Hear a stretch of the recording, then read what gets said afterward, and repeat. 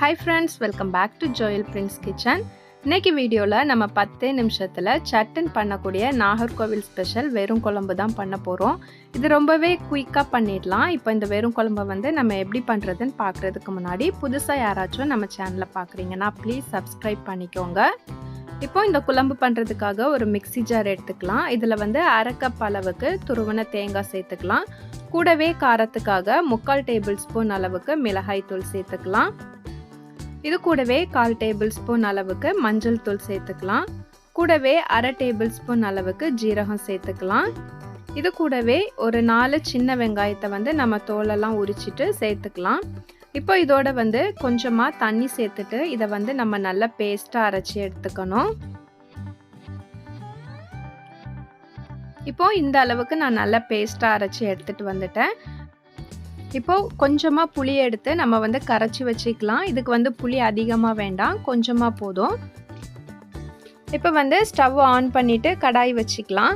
இதில் வந்து ஒரு டேபிள் ஸ்பூன் அளவுக்கு நம்ம தேங்காய் எண்ணெய் சேர்த்துக்கலாம். இந்த குழம்பு வந்து நம்ம தேங்காய் எண்ணெயில் பண்ணும்போது ரொம்பவே வாசனையாக இருக்கும். எண்ணெய் வந்து இப்போ நல்லா காஞ்சதும் இதில் வந்து நம்ம ஒரு 4 காஞ்ச மிளகாய் சேர்த்துக்கலாம். இப்போ இதோட அரை டேபிள் ஸ்பூன் அளவுக்கு கடுகு சேர்த்து நல்லா பொரிய விட்டுடலாம். கடுகு நல்லா பொரிஞ்சு வந்ததும் இது கூடவே கருவேப்பிலை சேர்த்துக்கலாம். கருவேப்பிலை பொரிஞ்சதும் இப்போது ஒரு 4 சின்ன வெங்காயத்தை வந்து பொடியாக கட் பண்ணி வச்சுருக்கேன். இந்த வெங்காயத்தையும் நம்ம சேர்த்துட்டு இதை வந்து நல்லா வதக்கி விட்டுடலாம். இது வந்து சின்ன வெங்காயம் சேர்த்து தான் நம்ம வந்து தாளிக்கணும். அந்த வாசனை வந்து அப்போ தான் ரொம்ப நல்லா இருக்கும். இப்போ இந்த வெங்காயம் வந்து கொஞ்சமாக ப்ரௌன் கலர் வர வரைக்கும் இதை நம்ம நல்லா வதக்கிக்கணும். இப்போ பார்த்தீங்கன்னா நல்லா ப்ரௌன் கலர் வந்துடுச்சு. இப்போ நம்ம அரைச்சி வச்சுருந்த அந்த மசாலா பேஸ்ட் எடுத்து நம்ம இதோட சேர்த்துடலாம். இப்போ இது கூடவே நம்ம கரைச்சி வச்சுருந்த அந்த புளியும் எடுத்து சேர்த்துக்கலாம். இப்போ இதோட நம்ம தேவையான அளவுக்கு தண்ணி சேர்த்துக்கலாம். நம்ம மசாலா அரைச்ச அந்த மிக்ஸி ஜாரையே அலசிட்டு தண்ணி சேர்த்துக்கலாம். இப்போ இது கூட தேவையான அளவுக்கு உப்பு சேர்த்து இதை ஒரு வாட்டி நம்ம நல்லா கலந்து விட்டுடலாம்.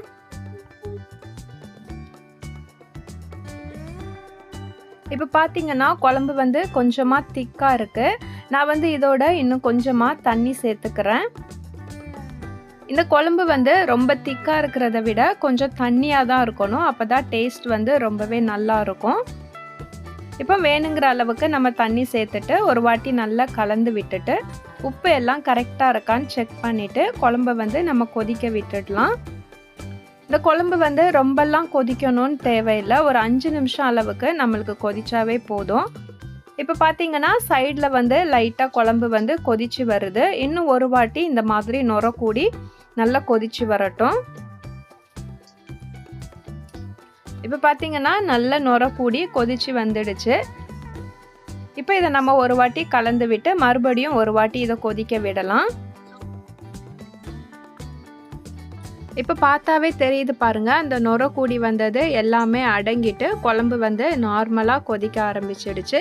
இந்த அளவுக்கு நம்மளுக்கு கொதிச்சு வந்துச்சுன்னா போதும். இது கரெக்டாக ஒரு 5 நிமிஷம் அளவுக்கு தான் ஆகும். அதுக்கு மேலெல்லாம் நம்மளுக்கு டைம் எடுக்காது. இப்போ வந்து நம்ம ஸ்டவ்வை ஆஃப் பண்ணிவிட்டு குழம்ப இறக்கிடலாம். நாகர்கோவில் சைட்லலாம் இந்த குழம்பு வந்து அடிக்கடி பண்ணுவாங்க. இது வந்து மீன் குழம்பு பண்ணால் கூட இந்த குழம்பும் சேர்த்து பண்ணுவாங்க. டேஸ்ட் வந்து நல்லாயிருக்கும். சட்டுன்னு ரொம்பவே ஈஸியாக ஒரு குழம்பு பண்ணணுன்னா நீங்கள் கண்டிப்பாக இதை ட்ரை பண்ணலாம். இந்த குழம்பை வச்சுட்டு இதோட சிம்பிளாக ஒரு அப்பளம், அப்படி இல்லைன்னா ஒரு ஃப்ரை பண்ண மீன், இல்லைன்னா ஒரு ஆம்லேட் இது மாதிரி வச்சு சாப்பிட்டாவே போதும். டேஸ்ட் வந்து ரொம்பவே சூப்பராக இருக்கும்.